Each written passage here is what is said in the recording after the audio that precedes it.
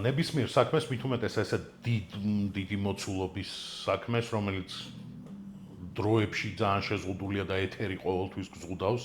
და ჩვენ იყო შემთხვევები, რომ 3 სერიას ვიღებდით ხოლმე კვირაში. ეს საჭიროებს ძალიან სკრუპულოზურ და ძალიან დაკვირვებულ მუშაობას, ძალიან ბევრი ადამიანის მაქსიმალურ ყურადღებას, რომ რაღაცა ისეთი შეცდომები არ დაუშვა, რაც მერე ეკრანზე მაყურებელს იმედგაცრუებას გამოიწვევს მაყურებლის და გააფუჭებს პროდუქტს. ამას სჭირდება ძალიან დიდი ყურადღება და რამდენიმე შრე არსებობს, რომელიც აკონტროლებს ხარისხს, ასე ვთქვათ, დაწყებული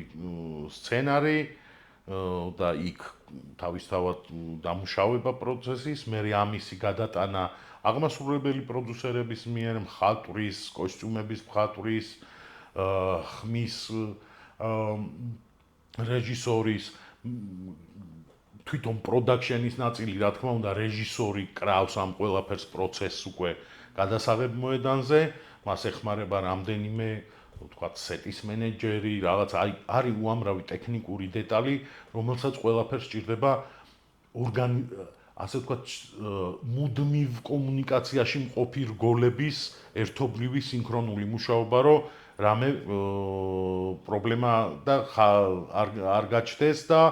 ხარისხი არ დაიკარგოს. მერეა პოსტ-პროდაქშენი უკვე, მემონტაჟე, ხმის რეჟისურა, კოლორი, რავი, აი ყველაფერი რა, უამრავი 24 საათიანი სამუშაოა, ციკლი არის 24 საათიანი და შესაბამისად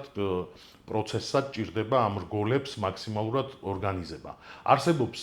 ჩემი გამოცდილებით ორი ტიპის მართვა, ეს არის ვერტიკალური და ჰორიზონტალური მენეჯმენტი. ჩვენ შემთხვევაში ჩვენ ავირჩიეთ ჰორიზონტალური მენეჯმენტი, ასე რო შევხედოთ როგორც ობობის ქსელს, ვთქვათ, ორგანიზაციას, სადაც არის ცენტრი, რაღაცა ტვინი, რომლიდანაც გამოდის ესე შემდეგი რგოლის მენეჯერები და ესე მიდის ბოლომდე და ყველას აქვს თავისი